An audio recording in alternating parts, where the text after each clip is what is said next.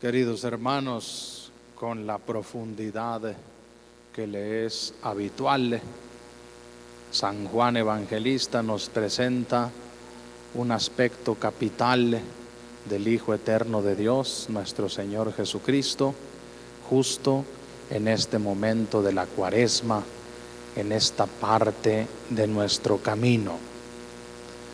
El punto es mirarle, admirarle, reconocerle y seguirle como el enviado.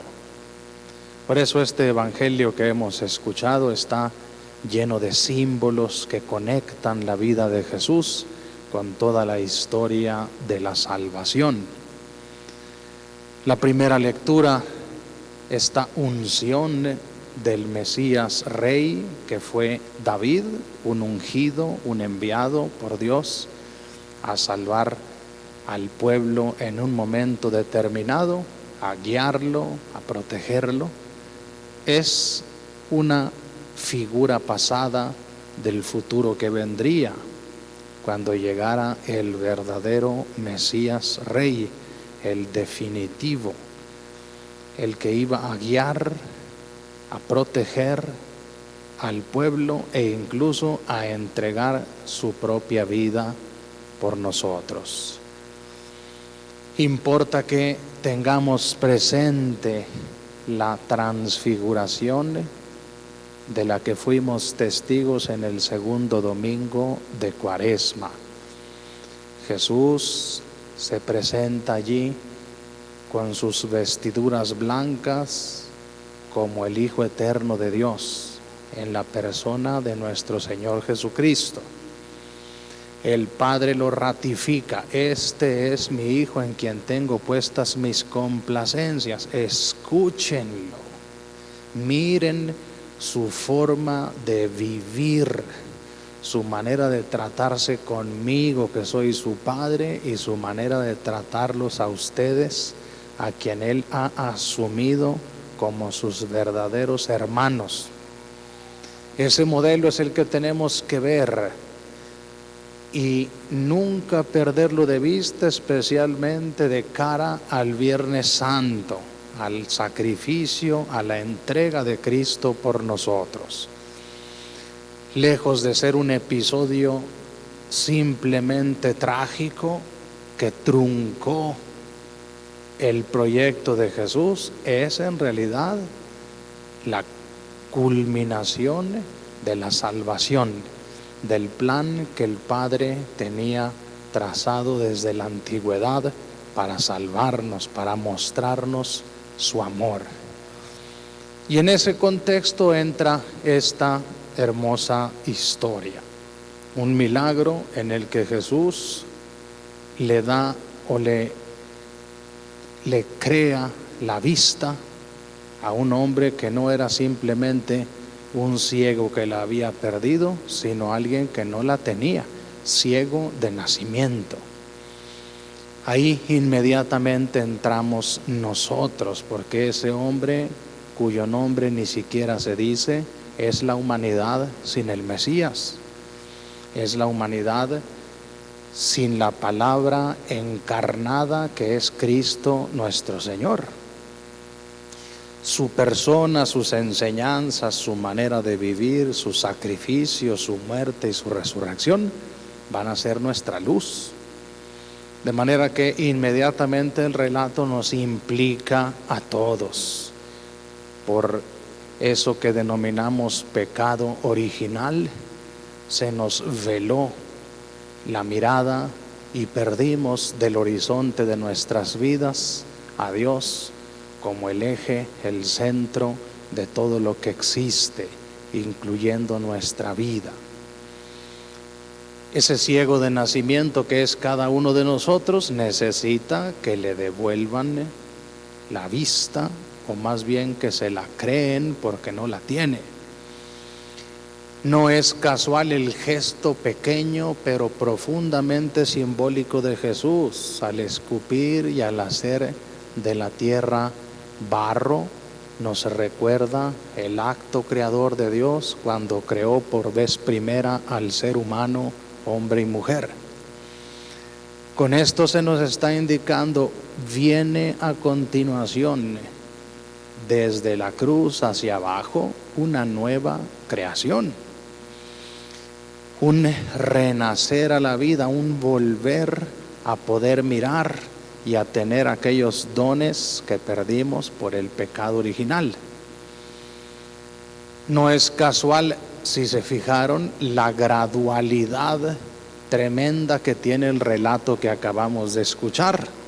Aquel ciego que primeramente no veía, recibe la intervención de Jesús sin ni siquiera haberla pedido. Dice que Jesús vio al ciego. Entonces la iniciativa es divina. Y comienza la gradualidad de no saber ni siquiera quién fue el que le curó, a decir, nadie se ha oído que haya devuelto la vista a un ciego de nacimiento. Después pasa a decir, este hombre hace prodigios. Sigue más adelante su crecimiento espiritual para decir, yo digo que era un profeta el que me hizo eso. Y el interrogatorio lo hace llegar hasta ese proceso, de forma que se vuelve a encontrar con Jesús. Y ahora sí, Jesús le pregunta, como nos pregunta a cada uno de nosotros, ¿crees tú en el Hijo del Hombre? ¿Crees que Dios puede hacerse hombre y estar aquí contigo caminando esta vida, guiándote, ofreciéndosete para ser tu maestro, para ser tu luz en la vida? Y vean la hermosa culminación del relato. Aquel hombre se postra y lo adora. Ahí se ve un proceso pedagógico muy claro de no conocer a Jesús a pasar finalmente a hacerlo nuestro Señor y adorarle y seguirle con todo el corazón. El mundo, por el contrario, es representado por los fariseos que se creían saber de Dios y no logran ver en estos prodigios la cantidad de símbolos que están hablando de la presencia de Dios entre nosotros. Fíjense cómo ese proceso ascendente y gradual del ciego de nacimiento, ellos lo repiten en sentido inverso. Pasar desde descartar a Jesús hasta decir que es un blasfemo y que es un falso profeta, y cubrirlo de maldiciones y de insultos. No en balde, en la primera lectura Dios le dijo al profeta antes de ungir a David, no juzgues por apariencias. Mi mirada divina no es como la de los hombres. Vio el profeta a aquel primer hijo y creyó que era el elegido por su aspecto, por su tamaño, y resulta que se estaba equivocando. Igual aquí, hermanos, el punto es avivar, abrir, despertar la mirada del alma, de forma que en el crucificado, aparentemente vencido, un perdedor a los ojos del mundo, miremos nuestra salvación, el acto supremo del amor de un Dios que se ha rebajado, entregado, incluso asumido la muerte por nosotros. Que nosotros también le reconozcamos como luz de nuestra vida. Ese mundo representado por los fariseos quiere permanecer en tinieblas. Aquí la luz viene e ilumina a todo aquel que se quiere dejar iluminar. Por eso la culminación de este milagro: si ustedes estuvieran simplemente ciegos, no tuvieran pecado, porque a eso vine, a devolverles la mirada original.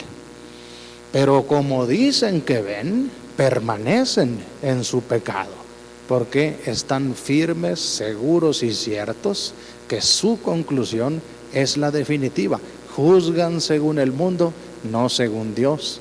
que tiene unos caminos profundos, humildes, pero poderosos para hacerse presente como nuestro Salvador. Que el Señor, hermanos, guíe nuestro camino cuaresmal hasta el culmen de la cruz y que allí veamos el supremo acto de nuestra redención. Vamos a ponernos de pie.